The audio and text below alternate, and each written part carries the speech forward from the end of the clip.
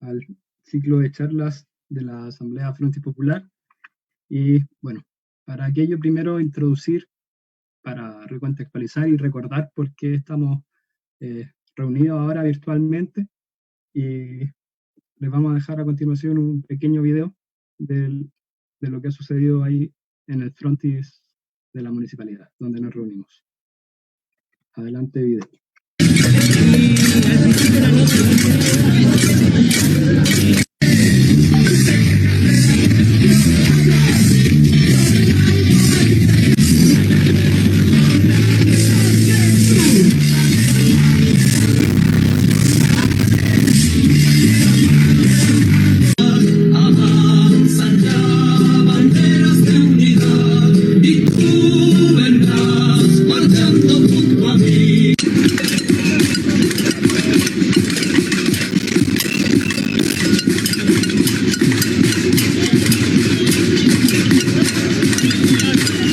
Tenemos políticos, y esto no es solamente un problema en Chile, que toman decisiones que no los afectan. Eso va en contra de lo más básico de lo que es la democracia. O sea, Aristóteles decía que lo que define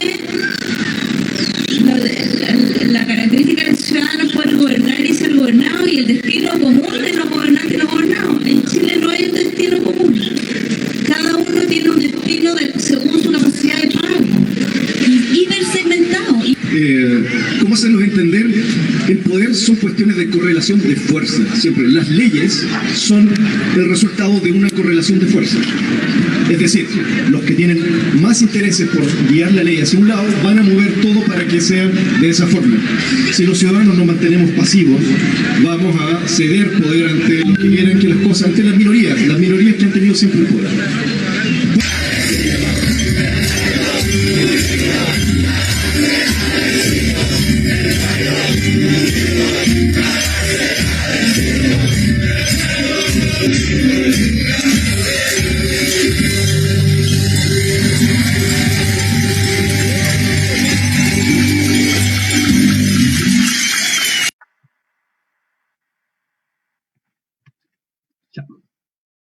¿Se escucha?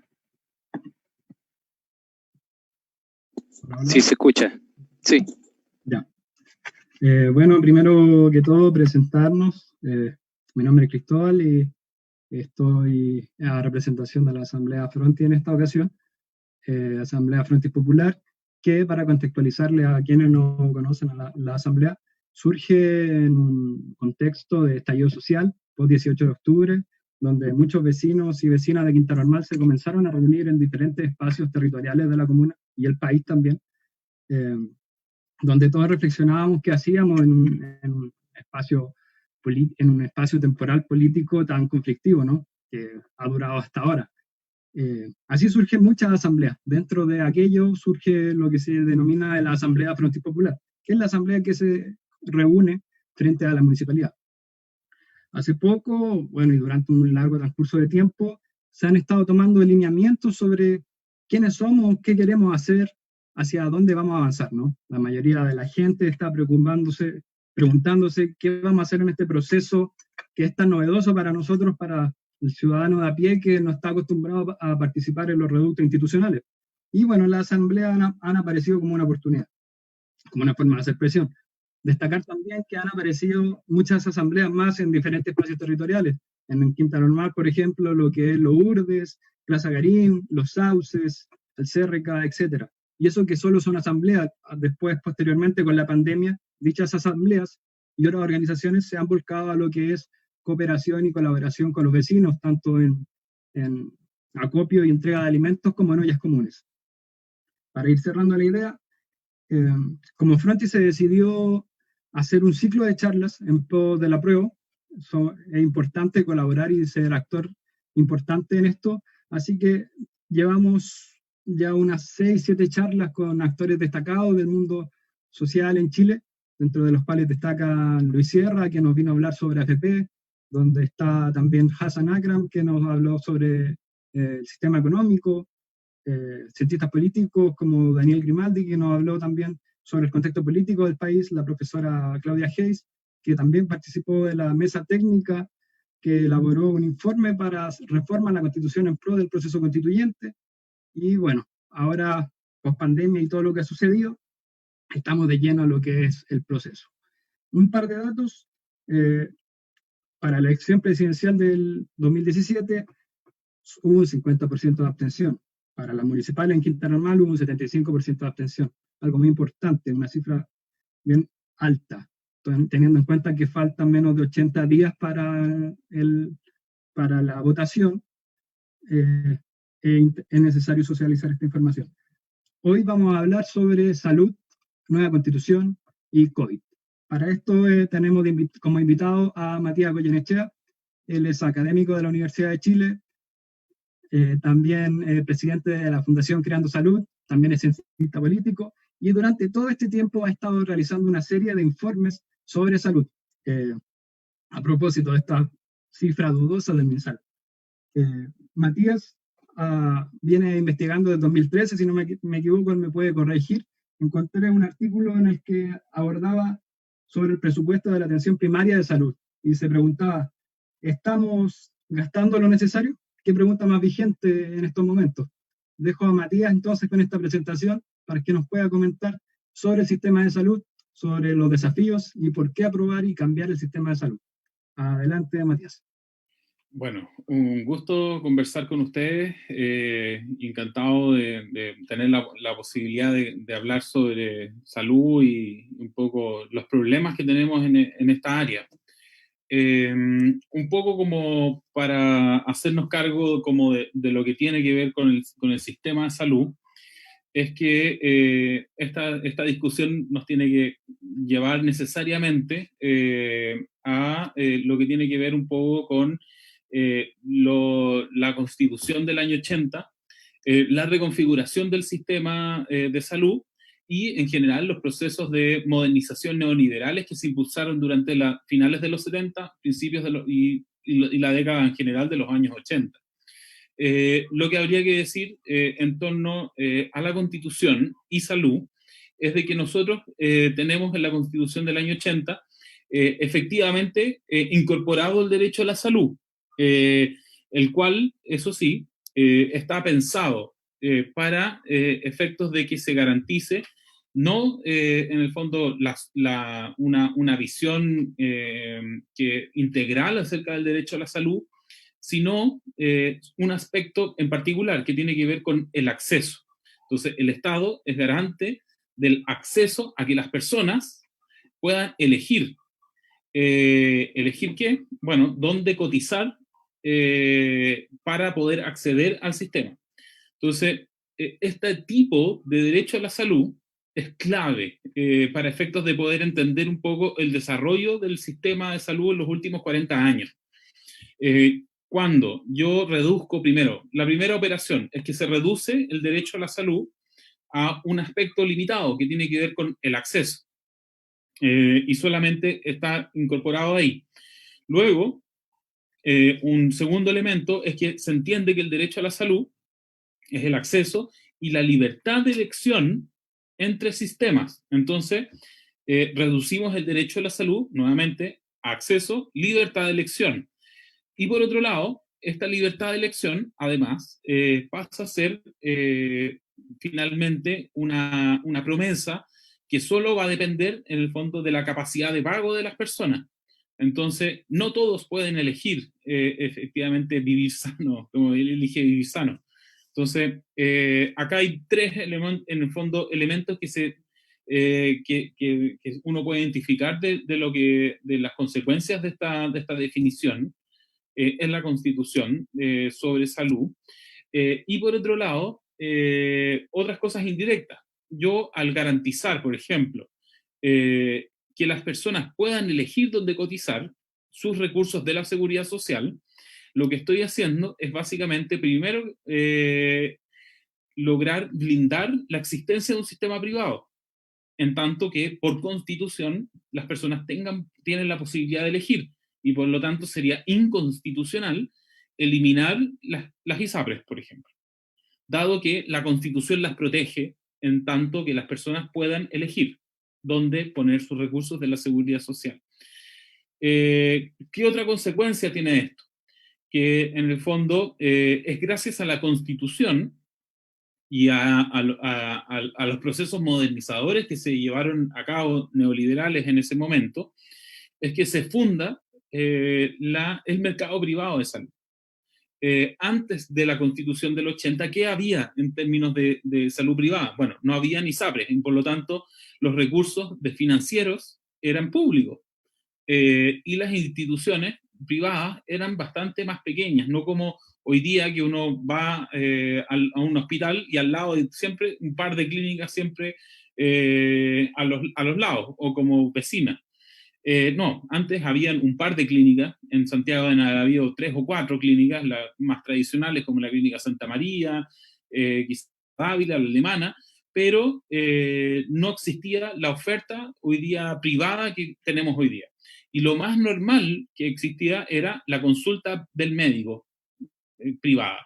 Y como en una oficina, y no como conocemos hoy día, que está lleno de clínicas por todos lados.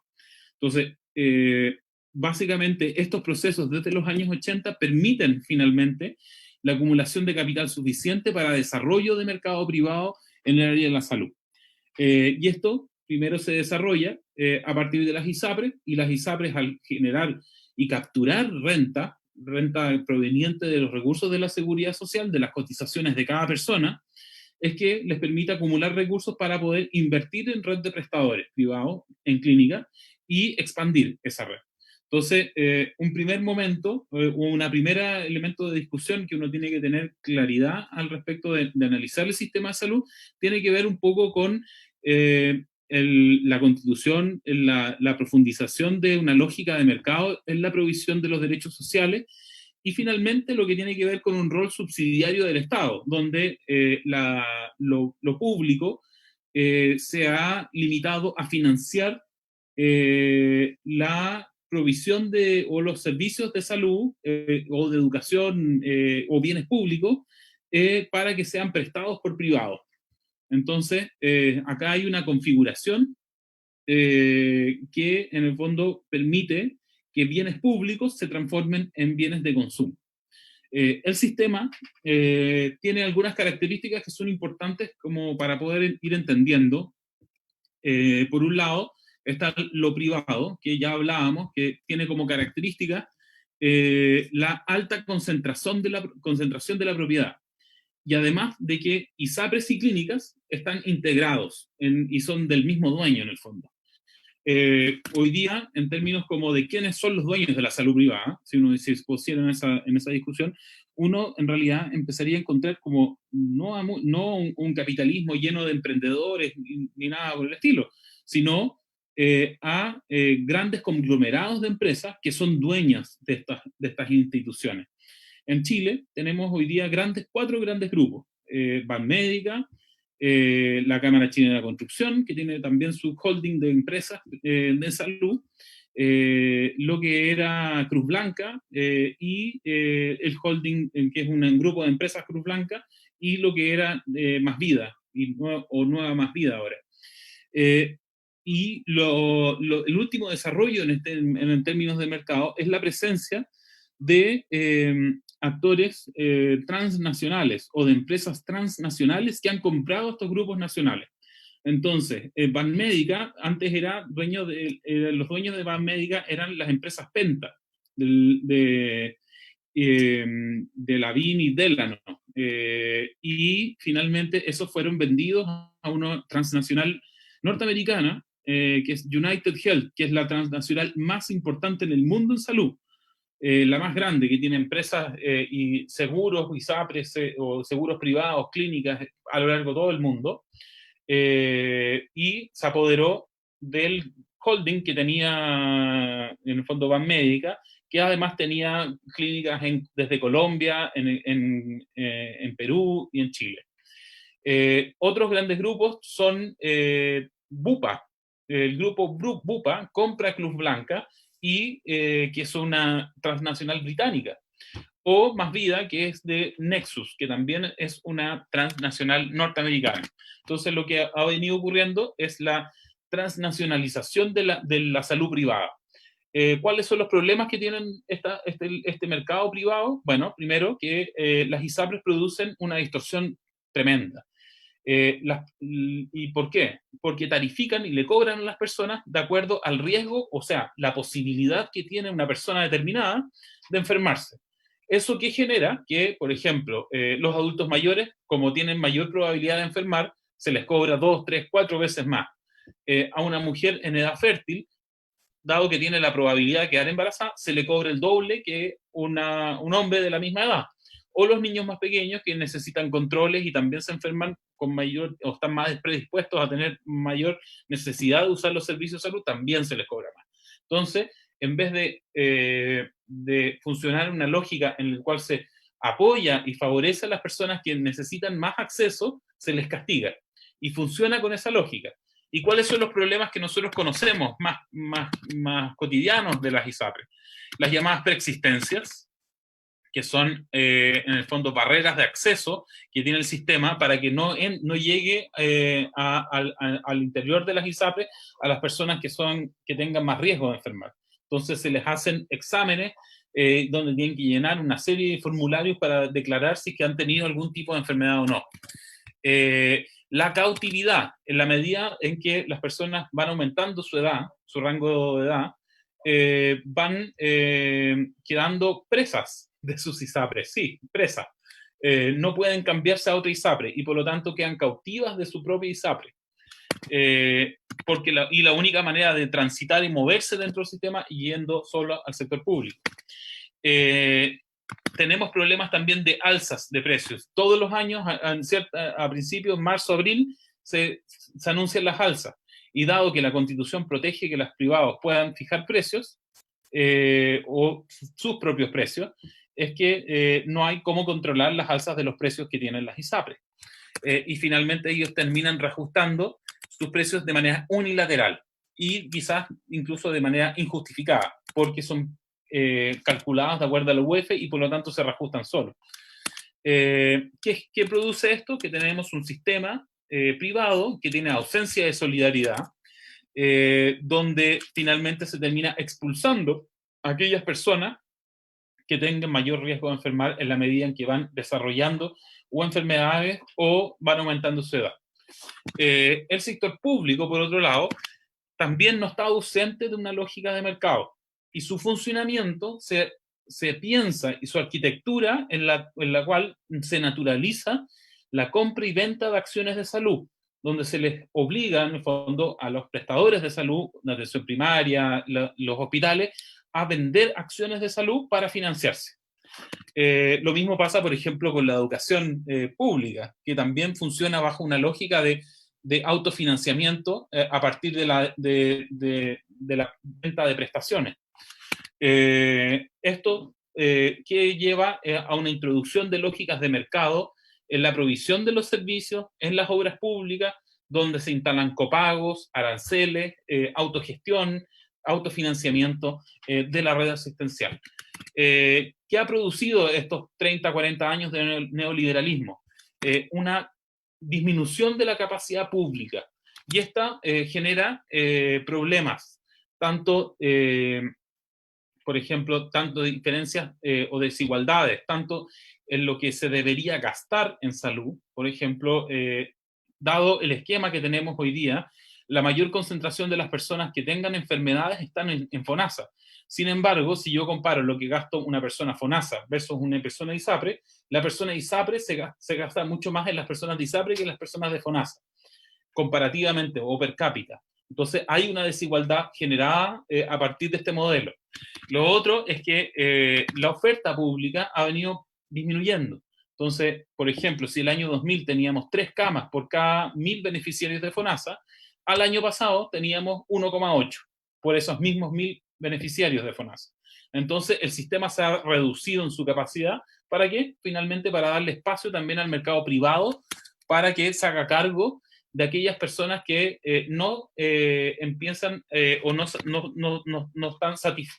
se puede satisfacer sus necesidades de salud, que es lo que finalmente ocurre, que dado esta reducción de la capacidad pública, se generan disparidades entre la capacidad instalada de lo que puede hacer la red de salud versus la demanda sanitaria de la población. Y esa diferencia se traduce en listas de espera, como también en personas que tienen que proveer sus servicios de salud privadamente. Esto genera que los pocos servicios que tenemos tengan que a veces depender crónicamente de compras o subsidios a la demanda para finalmente hacerse cargo de toda la población. Entonces se termina, por ejemplo, generando subsidios para que la gente acceda al sector privado. Y de esta manera se completa un círculo vicioso donde el sector público, que tiene pocos recursos y tiene un escaso gasto por persona, que termina subsidiando a los prestadores privados, que terminan acumulando una cantidad importante de recursos. Para que se hagan una idea, más o menos son alrededor de 1.200, 1.300 millones de dólares al año que se gastan en este tipo de cosas, de compras. Eso equivale a 4 hospitales completos de alta complejidad al año. Entonces, lo que se gasta en este tipo de cosas es una cantidad gigantesca. En síntesis, nosotros hemos construido estos 30, 40 años de neoliberalismo un sistema segregador, que segrega a la población por su capacidad de pago, por su posibilidad o no de tener algún tipo de enfermedad. Entonces tiene una doble segregación por capacidad de pago, pero también por su condición de salud, donde se tiene a las personas por un lado enfermas y pobres, y por otro lado a las personas más sanas y con mayores ingresos por otro. En esa lógica, nuestro sistema de salud no reconoce la salud como un derecho, sino como una mercancía. Eso yo diría que son aspectos basales importantes de considerar de nuestro sistema de salud a la hora de poder generar una visión crítica de cómo se ha venido desarrollando.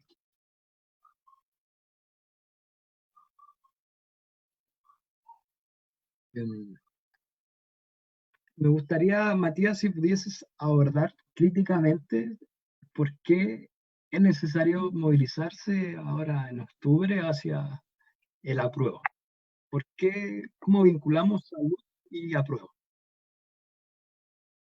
Bueno, un poco como mencionaba al principio de la intervención, la Constitución ha sido hoy día uno de los pilares en los cuales se ha sostenido el modelo neoliberal de salud. Y yo diría que algunas cosas que, además de las que mencioné, que tiene que ver un poco con esta lógica de entender el derecho a la salud como acceso y como libertad de elección, es que se entiende la salud desde la óptica de la responsabilidad individual. Entonces, usted es el culpable porque come comida rápida, porque fuma, porque está enfermo, es su responsabilidad. Y se olvida y se trata de ocultar esta dimensión o de entender que la salud es un fenómeno social complejo, que no depende solamente del sistema de salud propiamente tal, sino que depende de cómo comemos, qué comemos, cuánto deporte hacemos, de nuestro medio ambiente, de la vivienda en la cual vivamos, de la calidad del empleo que se tenga. Entonces, a lo que voy es que la salud es un fenómeno mucho más complejo que solamente reducirlo a lo curativo o asistencial. Entonces, si es que nosotros queremos efectivamente avanzar hacia un nuevo sistema de salud o hacia una lógica que supere un poco el modelo neoliberal o comprensión neoliberal de lo que es salud, nosotros debiésemos avanzar a que en la Constitución se hagan estos cambios fundamentales. ¿Cuáles serían algunos aspectos que debiesen quedar consagrados en un proceso constituyente? Primero, bueno, que la salud sea un derecho, como el título de la canción, pero con algunas características. Es importante que se incluya el acceso, pero este tiene que ser un acceso equitativo, oportuno, a servicios de calidad, y que se cuente con la protección financiera suficiente para toda la población. Y esto en una óptica de concretar un poco recomendaciones que se hacen a nivel internacional, que se implica acceso universal a la salud y cobertura universal. Algunas cosas que hay que entender en este proceso son que hay que avanzar en que en este proceso constituyente se avance hacia un nuevo concepto de salud, donde los aspectos no curativos también deben estar integrados en el derecho a la salud. ¿A qué me refiero con lo no curativo? A los énfasis en la prevención, en la promoción de estilos de vida saludable, en la participación. No podemos pensar un sistema de salud si no es también con democracia y con participación. ¿Y esto qué implica? Es entender salud integralmente, más allá de la enfermedad y referido a un bienestar pleno de la población. Y uno incluso debiese velar porque el Estado avance hacia con equidad, o sea, que genere equidad en los resultados de salud de los distintos grupos de la población. Hoy día, las personas que tienen mayores ingresos tienen mejores resultados de salud, viven más, tienen mayor expectativa de vida, tienen menos morbilidad que una persona de escasos recursos o de menos ingresos. El sistema de salud debiese aportar a nivelar, a generar equidad en los resultados de salud. Y eso es fundamental avanzar en este proceso constituyente. Otra discusión interesante tiene que ver con el lucro, cuestionar el lucro con fondos públicos, y en la medida en que el lucro no es compatible con los principios y el derecho a la salud, y más bien puede ser un impedimento al acceso e incluso a la cobertura. Además, el lucro no es eficiente en términos sanitarios porque induce demanda y genera selección de prestaciones que no son sanitariamente adecuadas. Desde esta manera, uno debiese proscribir, por así decirlo, el lucro, al menos con fondos públicos o de la seguridad social. Otros elementos que tienen que estar abordados en un proceso constituyente para poder superar esta lógica que tenemos hoy día imperante es incluir perspectiva de género, de diversidad sexual en el enfoque de salud, como también de entender de que no solo existe la salud como occidental, como única, sino que también tenemos que avanzar en incorporar un enfoque plurinacional, por así decirlo, en entender la salud, donde se reconozcan los saberes ancestrales de nuestros pueblos originarios y sus cosmovisiones en torno a salud. Eso me parece como fundamental.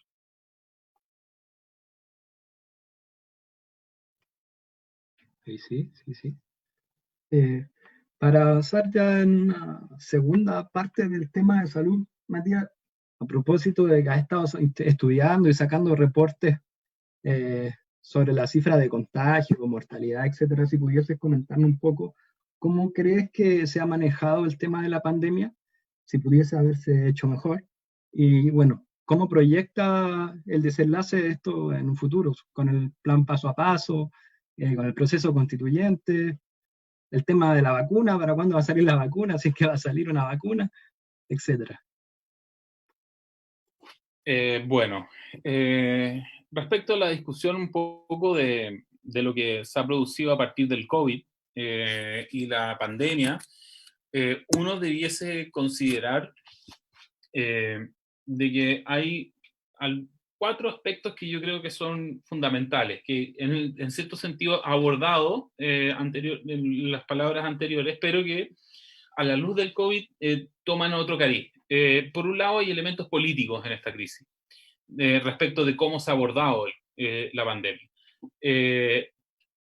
Para todo, yo creo que no es menor que Chile no era una taza de leche. Estábamos en procesos de movilización social importantes desde octubre del año pasado y probablemente esos procesos no han concluido. Entonces, eso genera también una situación particular en términos políticos también en las cuales se da este proceso. Hay también una baja confianza en las instituciones políticas y eso es un proceso o un problema que es previo al COVID, que tiene que ver un poco con un desgaste de nuestras instituciones democráticas y de la legitimidad de estas instituciones que se han visto golpeadas por desde harto tiempo, pero también en el abordaje que tuvo el gobierno ha estado marcado por un alto grado de autoritarismo y centralismo en la toma de decisiones. Si uno se fija en el proceso decisional o de toma de decisiones que ha tenido este gobierno, ha estado conducido básicamente por el ministro de Salud, presidente de la República y probablemente el señor Larroulet, que es jefe de los asesores. Y en ese triunvirato es donde se han tomado las decisiones. No se ha incorporado a otros actores en este proceso. Además, incluso en el mismo gobierno, no se ha incorporado a las autoridades locales o regionales en la toma de decisión. Entonces, se toman decisiones en Santiago, en La Moneda, para todo el país, sin tener muchas veces pertinencia local. Entonces, ahí hay un problema. Otro aspecto es la escasa participación. Junto con este autoritarismo está el espejo de eso, es la falta de participación. Si bien se han generado instancias formales de participación, como la mesa social COVID, pero de social uno podía cuestionar quiénes son los que participan ahí, son instancias que además son de carácter consultivo y que ni el mismo gobierno ha consultado respecto de decisiones clave. El paso a paso no fue consultado ni siquiera en la mesa social, que es para justamente tener un feedback y producir una retroalimentación con la comunidad científica y con otros actores. Entonces ha estado marcado por eso. Otro aspecto es la opacidad. La opacidad respecto de cómo se fundamentan las decisiones y también la opacidad respecto a como falta de transparencia respecto de los datos propios del COVID. Yo creo que para todos un poco ha sido una discusión que se ha tenido en todos estos meses, que tiene que ver con que las cifras no están suficientemente claras, que la forma en la cual se transmiten los números también tienen cierta intencionalidad política. Entonces el gobierno muestra ciertos números y otros números no, o presentan los gráficos como les conviene. Entonces hay un gráfico que muestra las cifras espectaculares, pero las magnitudes están mal. Entonces ha habido un uso y abuso de la información negativo. Yo diría que esos son aspectos como importantes, así como también cambios en la metodología que favorecen ciertas imágenes o ciertos resultados. En nuestro contexto sanitario propiamente tal, bueno, ya hemos hablado del sistema. Nuestro sistema de salud es desigual y con altos niveles de discriminación, desigual tanto territorialmente como entre sistemas de salud. Hay una debilidad de la autoridad sanitaria, además que no estaba preparada para un abordaje de una pandemia. No teníamos la capacidad de diagnóstico en laboratorios que preparada para enfrentar una crisis también como esta. Había una baja disponibilidad de camas y en el fondo se tuvieron que poner camas ahora de emergencia por todos lados, incluso usando las máquinas de anestesia para convertirlas en ventiladores mecánicos. Pero lo que hemos estado haciendo durante los últimos 30 o 40 años ha sido cerrar camas públicas para darle espacio al privado. Pero el privado está concentrado además en Santiago, en Concepción, en Viña, y en ningún otro lugar del país se tiene una oferta privada suficiente. Entonces también hay inequidades estructurales en torno a eso. Ha habido también está este problema del énfasis curativo. Entonces, el tipo de respuesta y la estrategia sanitaria estuvo pensada desde el punto de vista de la respuesta curativa. Entonces, el énfasis no estuvo puesto ni en trazabilidad, ni en residencias sanitarias que aíslen a los casos, sino recién se hizo eso. Al principio, la idea y la estrategia sanitaria que se tenía por parte de Maña, buscar inmunidad de rebaño. ¿Qué implica eso? Que las personas se contagien y tengan anticuerpos en la medida en que van superando un poco el proceso del virus y haya inmunidad de rebaño. Y el virus y al COVID se lo derrotaba en las UCI y con ventilador mecánico. Básicamente se les prometió a todo el mundo que iba a tener su ventilador mecánico garantizado y durante meses estuvimos hablando de hospitales, de camas de hospitales y de ventiladores mecánicos y no de cómo prevenir. Entonces, tenemos un problema relacionado con eso, además de una falta crónica de educación sanitaria en la población. Si se fijan, si bien se hablaba de COVID, en términos de educativos, aparte de un spot publicitario ratón, no hubo mucho. Y eso es contrario a toda nuestra como tradición sanitaria, en la cual se ha puesto énfasis fundamental en la educación sanitaria desde la atención primaria de salud, desde los consultorios. En términos de preparación, también uno debería decir de que la preparación fue mala. De hecho, Chile, cuando fue la H1N1, la gripe porcina, había generado preparaciones en torno a estos temas, y trabajaba con Nueva Zelanda, Australia, preparando los sistemas de salud en caso de que esto ocurriera. Cuando hubo cambios de gobierno, estos temas fueron despriorizados y esas personas fueron reasignadas en sus funciones o desvinculadas, las que estaban realizando esta preparación. ¿Y esto qué produjo? Que nosotros no tuvimos la capacidad de escalar la respuesta del sistema de salud. ¿A qué me refiero con eso? Al principio tuvimos varios meses, por ejemplo, en términos por ejemplo, de capacidad de testeo, de las tests que se hacían. Estuvimos solamente limitados a un par de instituciones por varios meses y nos demoramos 2 meses en pasar los 10.000 tests, 3 meses en llegar a los 15, 4 en pasar los 20.000. Entonces, la capacidad de escalar la respuesta en términos de capacidad de pesquisar los casos fue muy lenta. Lo mismo con trazabilidad. La trazabilidad la hacían un par de personas en la Seremi de Salud de cada región, y esas personas no dieron abasto. Y nunca se pensó en involucrar a la atención primaria, sino hasta muy tarde. Y recién ahora estamos haciendo una estrategia de trazabilidad, que es, en el fondo, contactar a todas estas personas, hacerles estudio de la investigación de los casos, identificar cuáles son sus contactos estrechos, con quién estuvo, aislarlos y encuarentenar a los contactos estrechos. Eso se partió recién. Entonces, aquí también hubo un déficit en eso. Y finalmente, las condiciones sociales o la desigualdad social amplifica los efectos del virus.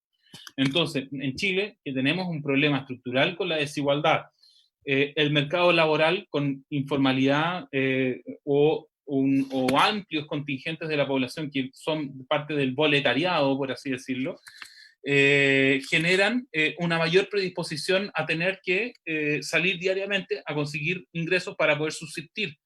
Eso los expone más al virus. Las condiciones de vivienda, en tanto hay hacinamiento en ciertas comunas de Santiago, eso genera que haya una mayor facilidad de propagarse el virus al interior de los domicilios. La ayuda o las políticas también de protección social no dieron el ancho. Y en eso yo creo que hay que ser claro, no se dio el ancho para mitigar estos efectos amplificador del virus con la desigualdad social. Entonces, en términos generales, como para ir cerrando, pecó, en el fondo, de tener una respuesta hospitalocéntrica que no priorizó las cuarentenas en términos de una estrategia preventiva, y donde el mismo gobierno puso énfasis más bien en mantener la apertura de la economía más que hacerse cargo de la salud de la población como prioridad. Entonces yo diría que esos son los aspectos claves que uno debiese considerar a la hora de hacer un análisis sobre la situación del COVID.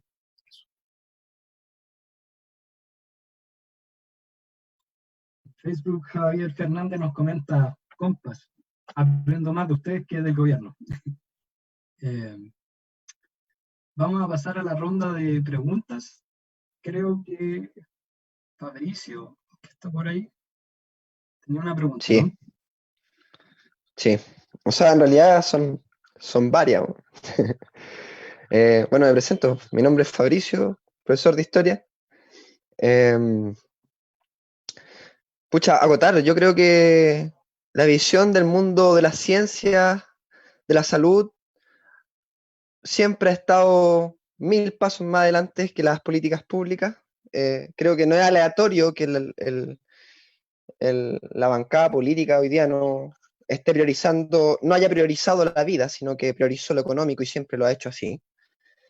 Pero dejando ese tema de lado, tengo un par de preguntas. En cara a un nuevo proceso constituyente, ¿cómo se está pensando el rol del Estado en Chile? Pensando en que tú le diste hartas vueltas al rol de este Estado chileno de la subsidiariedad, ¿cuál es el Estado que necesitamos en estos momentos? Que creo que es la piedra angular del cambio. Por otra parte, en la década del 70, en el gobierno de Allende, de la Unidad Popular, bueno, y en realidad en virtud de todo lo que pasa en el siglo XX, que tenía que ver con que nosotros, en nuestro país, siempre había puesto en venta la soberanía, nuestra industria, el cobre estaba en manos de los estadounidenses, particularmente de los Rockefeller. Bueno, se estableció lo que era el área de propiedad social. Y ahí se utilizó el artículo 520 como resquicio legal para poder expropiar propiedad privada. ¿Por qué estoy tocando este punto? Porque en el fondo me pregunto yo, a diferencia del gobierno de la Unidad Popular, donde no había que usar resquicios legales para poder expropiar aspectos principales como la salud, la educación, porque no estaba privatizado como lo tenemos ahora. Entonces me pregunto yo si en un nuevo proceso constituyente, de cara a un nuevo Chile, ¿podríamos hablar de expropiación del área privada? Entendiendo uno que, por ejemplo, hoy día los especialistas de la salud, o pensando también en que el año 2018 se murieron más de 30.000 personas en las salas de espera, por ausencia de especialistas que están en estas áreas privadas, y las personas no parten del auge, no son parte del auge. Entonces, podríamos llegar a hablar de algo de esa magnitud, de expropiar lo privado para que de verdad tengamos acceso real a un sistema de salud de manera equitativa. Y de no ser así, ¿cuál es la propuesta para subsanar las brechas de desigualdad en el acceso de calidad y perdón, ¿cuál es la propuesta para subsanar las brechas de desigualdad en el acceso y calidad del sistema de salud? Eso es. A ver, bueno, varios temas ahí. Respecto del rol del Estado, bueno, yo creo que es claro de que efectivamente, a la luz un poco de todos los acontecimientos, yo creo que el tema del COVID también ha hecho precipitar un poco la crisis del modelo neoliberal, y esto no solo en Chile, sino que a nivel mundial se está cuestionando un poco los paradigmas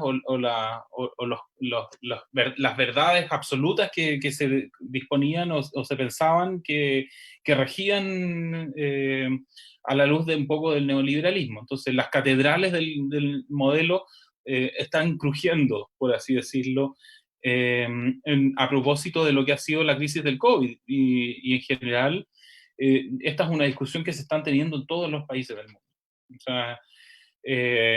O sea, en términos de desneoliberalizar o no, o qué aspectos han sido problemáticos, y en general todos los países del mundo están generando planes de reactivación públicos muy importantes. Entonces, el rol del Estado en la economía en todo el mundo se está cuestionando en esta lógica de la no interferencia, o de intervenir solamente para financiar ciertos aspectos para que sean provistos por el mercado. Entonces yo diría que nosotros estamos un poco ahora alineados con con este cuestionamiento. Mi percepción en torno al tema es que uno debiese, no sé los nombres explícitos o la fórmula ideal que uno si quisiera establecer en torno al rol del Estado, como ponerle un nombre, sino que yo me imagino efectivamente un Estado que es capaz de intervenir para llevar a cabo objetivos que sean definidos socialmente. En la medida en que socialmente se fijan objetivos democráticamente, el Estado debe ser capaz de desarrollarlos. Eso implica intervenir en la economía, proveer derechos sociales en tanto sean definidos como prioridad por parte de la población. Entonces, yo me imagino efectivamente que nosotros vamos desarmando esta lógica de la subsidiariedad y pasamos a tener un rol de provisión propiamente tal del Estado tanto en derechos sociales como en economía.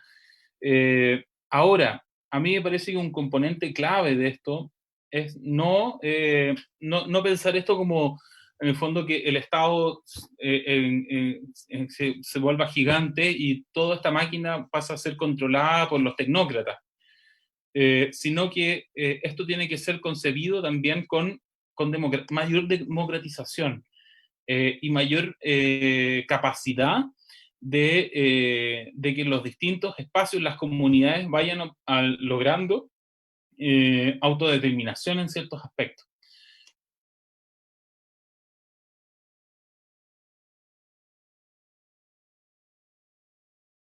Uno tenga que pensar un rol del Estado secuestrado por los tecnócratas, sino que efectivamente que haya capacidad para socialmente definir esos objetivos que se tengan que llevar a cabo, concretar por parte del Estado. En relación un poco a las tareas como más claves que vienen ahora, me parece de que hoy día nuestro sistema es profundamente mercantil.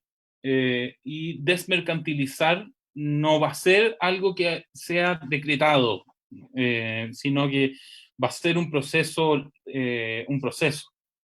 Y probablemente va a requerir una gran cantidad de fuerza y de movilización para poder lograr eso.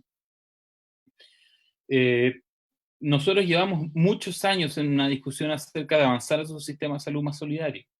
Y hasta ahora, desde que, por ejemplo, en el año 2010, el Tribunal Constitucional definió de que era inconstitucional que las ISAPRES discriminaran, todavía no ha habido capacidad de poder pasar ni siquiera una ley que cambie eso. Entonces, eso para poder tener una claridad respecto de la magnitud del problema.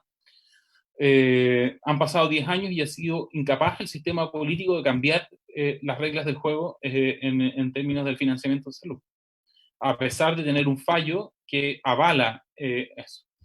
A mí me parece que, en el fondo, avanzar hacia una lógica de expropiación no da cuenta un poco de esa relación de fuerzas que hay detrás.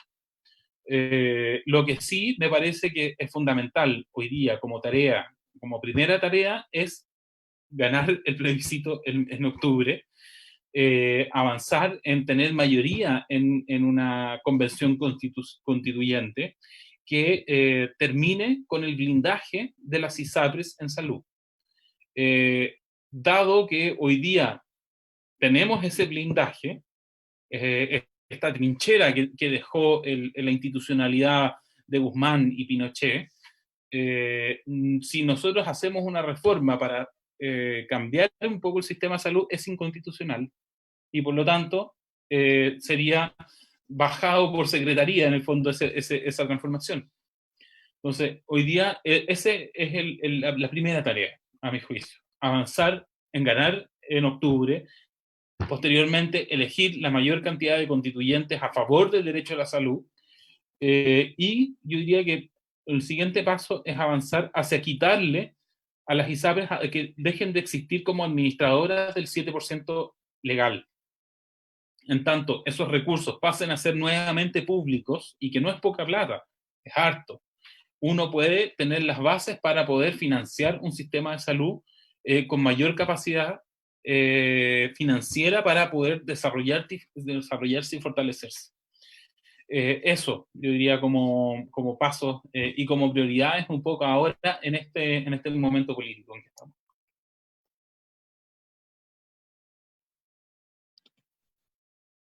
En Facebook nos preguntan, Javier Fernández, ¿qué opina Matías sobre la apertura de los malls? Y en segunda instancia, Saúl Wolver Sepúlveda pregunta, menciona y pregunta, excelente la exposición de Matías, se logra entender claramente la injusticia en el sistema al cual nos cuenta. Ante eso quería preguntarle a don Matías, ¿conoce algún modelo que apunte a salvaguardar y desarrollar la salud en la vida de las personas de las clases de las y los trabajadores, o que centre su enfoque en lo social al menos? Excelente instancia, aguante la organización popular, saludos. Me imagino que, si no interpreto mal, que el Saúl está preguntando por algún modelo con el cual puede ejemplificar, ¿no? Sí. Yo diría que todo lo que tiene que ver un poco con el paso a paso tiene varios problemas. Por un lado, tiene cosas buenas, o sea, hacer esto, el desconfinamiento de forma gradual, y en caso de que empeore la situación epidemiológica, retroceder, es algo positivo y que está alineado con las recomendaciones a nivel internacional. Lo que sí es que la escala con la cual se ha hecho este proceso es equivocado. En ningún país del mundo se hace esto por comuna. Se hace por ciudad. Y a una escala, o si no es ciudad, es en la escala del radio urbano, considerando las conurbaciones. Esto porque en el área urbana hay movilidad, y al haber movilidad, en el fondo los efectos de tener a una como una sí y la otra no, se pierde. Entonces, lo que estamos viviendo hoy día, de hacer estos desconfinamientos, o lo que no sé si se acuerdan, lo de las cuarentenas dinámicas, es experimento social con la población de Chile. No tiene otro nombre, es un experimento social. Lo que se hace en los otros países del mundo para avanzar en procesos de desconfinamiento es en una unidad territorial que es de ciudad. Dicho eso, apertura de mall hoy día me parece que no es adecuado. Hoy día la situación epidemiológica, lo más probable, dado que no tenemos tratamiento y el único tratamiento que tenemos hoy día es el confinamiento, porque no hay vacunas probablemente vamos a tener el próximo año, pero todavía no, y en ese escenario la mayor probabilidad es que exista, es que si se levantan estas medidas, vamos a volver a tener brotes, y vamos a tener un rebrote, y vamos a ir paso a paso hacia un rebrote seguro, bajo esta lógica. Entonces yo diría que en eso hay que tener sumamente cuidado de cómo se ha estado haciendo ese proceso. Y respecto de modelos, yo diría que claro, modelos hay en varios lugares, o sea, que uno pueda, el más icónico quizás es el modelo inglés, que es un sistema público basado en impuestos generales. Pero yo diría que no existen modelos perfectos en general. Todos los modelos han estado tensionados por esta lógica del modelo neoliberal, e incluso modelos como el inglés, que en el fondo es gratuito, basado en impuestos generales, ha avanzado en esta mercantilización o comercialización. Pero yo diría que ese es un gran paradigma. Ahora, a mí me parece que no hay que ir muy lejos en realidad para buscar modelos. Chile fue pionero en esto. Incluso cuando nosotros teníamos el Servicio Nacional de Salud, teníamos ventajas mejores que incluso el modelo inglés, basado en la relación paciente-médico, en una relación medicalizada. Y nosotros fuimos los primeros en concebir la relación de la comunidad-equipo de salud. Equipo de salud en un sentido de un abordaje integral.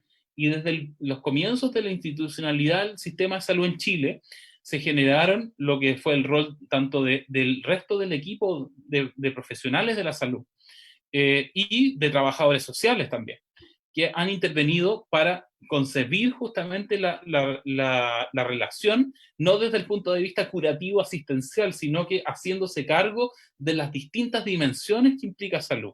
Entonces yo diría que un aspecto para concebir un modelo tiene que ver con rescatar también las propias ventajas que nosotros hemos ido construyendo.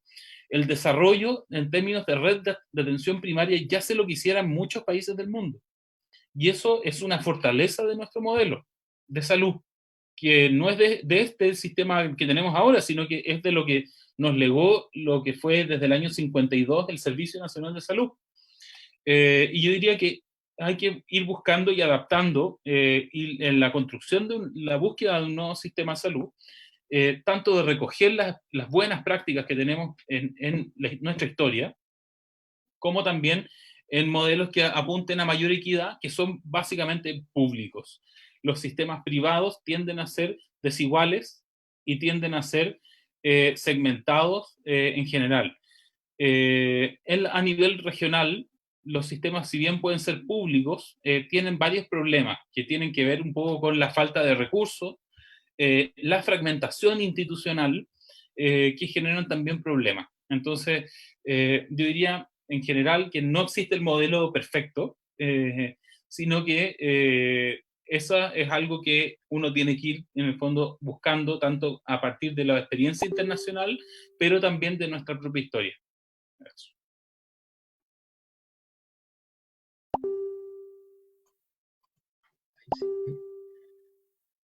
En cuanto al Servicio Nacional de Salud, ¿crees que podría ser pertinente volver a lo que se tenía anteriormente?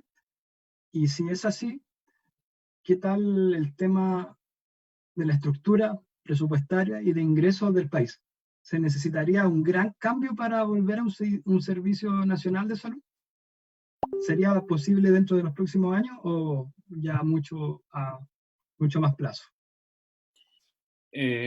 Bueno, el poder hoy día avanzar hacia un proceso de cambio y de reforma tienen varios aristas. O sea, por un lado el tema constitucional que ya mencionaba, que hoy día no estamos bloqueados institucionalmente por la Constitución. Y por otro lado, transitar hacia un modelo, por ejemplo, basado en una estructura tributaria que sea progresiva. Hoy día nuestra estructura de los tributos es sumamente regresiva y se castiga en el fondo la carga tributaria que tiene la gente más pobre es más alta que la que tienen las personas más ricas del país. Entonces tenemos aquí un problema. El mayor recaudador es el IVA y no la recaudación por renta. Entonces ahí se pierde un poco ese espíritu progresivo en términos de la forma de financiar un sistema de salud. Yo diría que en general nosotros tenemos una red de salud muy potente en términos públicos. Quizás en Santiago no lo vemos tan así, porque hay una oferta privada mucho más grande, pero en regiones, en muchos lugares, el hospital público es el que atiende a todos, a toda la población. Entonces, quizás hay que, cuando uno se queda con la visión más santiaguina, uno tiene la percepción de que el mercado es aquí muy grande, pero no hay que perder de vista que en realidad el 70-80% de la población es parte de un sistema público de salud. Entonces, para efectos, yo diría, de transformación, hoy día la principal punto que uno debiese avanzar es en recuperar los recursos de la seguridad social. Ese 7% de todas las personas debiese ser público. Hoy día es apropiado por instituciones privadas. Eso nos permitiría, en términos de financiamiento, mejorar sustantivamente un poco el aporte que más o menos se tiene en relación a cómo funciona. Y lo otro tiene que ver con que tenemos que mejorar la forma en que usamos los recursos que ya tenemos. Hoy día, si estamos dándole 1.300 millones de dólares al año a los privados, esos recursos rendirían de mucha mejor manera si se hicieran y se utilizaran en el sector público. Entonces, yo diría que aquí hay efectivamente que pensar un proceso de cambio del sistema de salud, bueno, primero probablemente por efectos de los problemas institucionales que tenemos de forma gradual, pero también considerando de que hay que también mejorar internamente cómo se funciona hoy día nuestra red pública. Y usar esos recursos que están mal gastados en compras a privados en mejorar la disponibilidad de profesionales en el sistema, mejorar la capacidad en fortalecer la infraestructura y pensar de que efectivamente es posible tener un sistemas públicos de calidad y en el mundo sistemas así hay en un montón de lados. Países han avanzado en estos procesos, por ejemplo Corea del Sur, no Corea del Norte, Corea del Sur, tenía puras ISAPRES y lo que hicieron fue un solo administrador público y liquidaron todo lo que tenía que ver con esta industria de seguros privados y pasaron a un solo prestador, a un solo administrador de los recursos que sea público. O países como Canadá, que también tiene un sistema de ese tipo, pero donde conviven actores públicos y privados en la prestación, pero con una salvedad, que los prestadores privados son sin fines de lucro. Entonces uno también puede pensar redes de hospitales que sean públicos o privados, pero siempre manteniendo este énfasis en lo sanitario. El lucro en salud tiende a distorsionar. Y era un poco lo que decía, que tenía que ver con que muchas veces genera apropiación de recursos y por lo tanto un uso no eficiente también en términos sanitarios. Eso.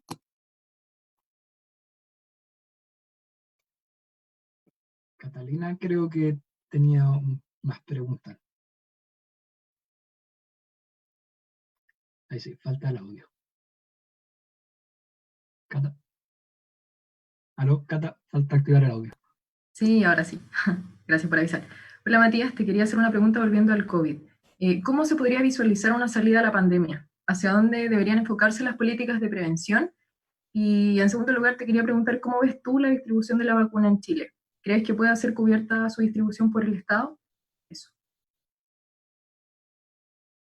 A ver, respecto un poco al tema de cómo debiese orientarse, yo creo que en general lo primero es que en términos de prioridades es que hay que hacer una definición.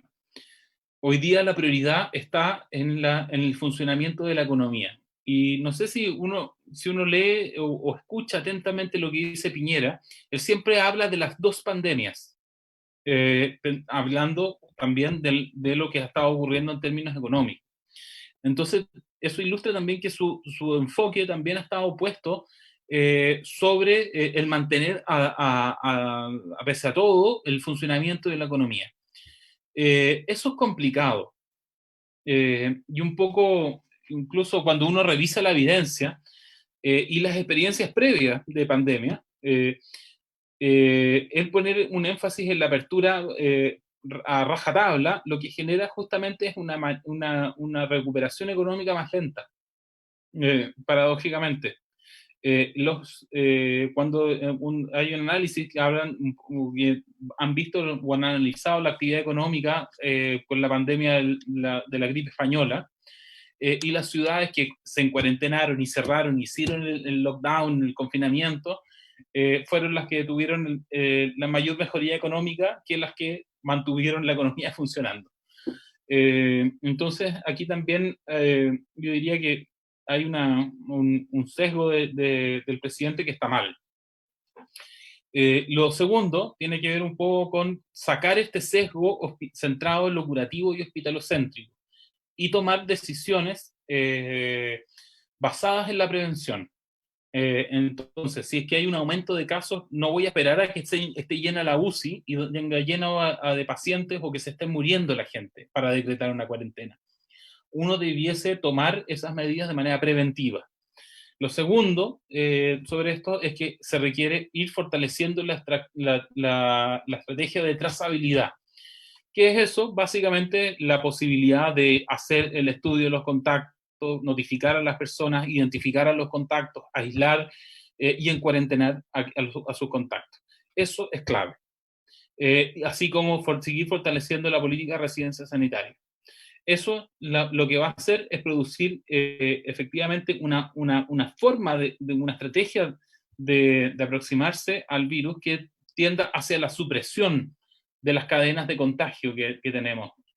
Y no esta lógica de mitigar cuando ya, o de actuar solamente cuando ya está la embarrada. Respecto de la vacuna, bueno, yo creo que lo ideal es que se tenga una política de vacunaciones apenas esté disponible. Yo diría que eso yo diría que no hay muchas claridades al respecto todavía. Si bien el gobierno ha dicho o ha tratado de decir de que está asegurado estas cosas y que se va a hacer unos estudios clínicos, en el fondo yo no sé hasta qué punto eso nos asegura o no algo. Yo diría que todavía hay harto trecho que caminar en torno al tema. No hay vacuna todavía asegurada a ningún lado, porque no existe. Así que yo diría que eso todavía es una discusión para más adelante.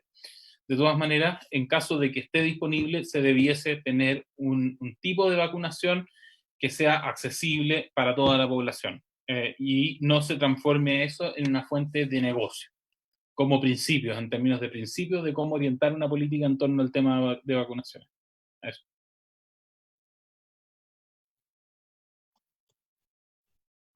Bueno, ha sido una jornada bien interesante donde hemos aprendido bastante. Quería agradecerle la disposición a Matías por participar en la asamblea comunitaria local. Pues ya en la mañana estaba participando en otra ponencia de Facultad, Salud y Hospital Clínico en Crisis. Tiene una maratón de exposiciones, así que se agradece bastante a todos los que están colaborando con la ciudadanía a informarse y a tomar decisiones más informadas. Recomendar a Matías en Academia Edu, tiene varios papers si le interesa lo que ha escrito o lo que nos ha comentado. Mencionar además que en una reciente publicación de Nodo 21, a 30 años de la neoliberalización, se abordó la temática sectorial de salud, donde me llamó la atención que la mayoría de las referencias eran a Matías, desde el 2013, 2014, 2019. Así que totalmente recomendado. En Twitter también es un personaje bien activo. Recordar también que pueden seguirnos por el Instagram, el Frontis Popular, el Facebook, Frontis Popular, y esperamos que esta sea la primera de muchas charlas más en lo que viene sobre el proceso constituyente y la elección de los convencionalistas constituyentes. Así que sin más que